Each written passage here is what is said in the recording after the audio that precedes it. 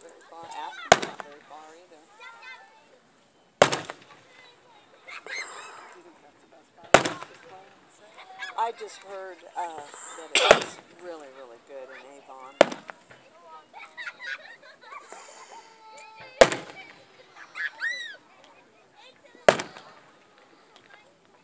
I would go a good firework, one better than the other pieces. Not the ones I've ever got to see. Is this the closest you've ever got to be?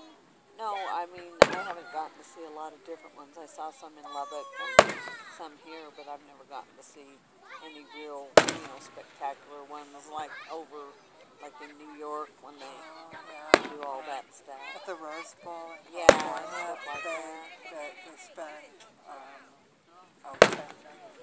Oh my God. Isn't that crazy?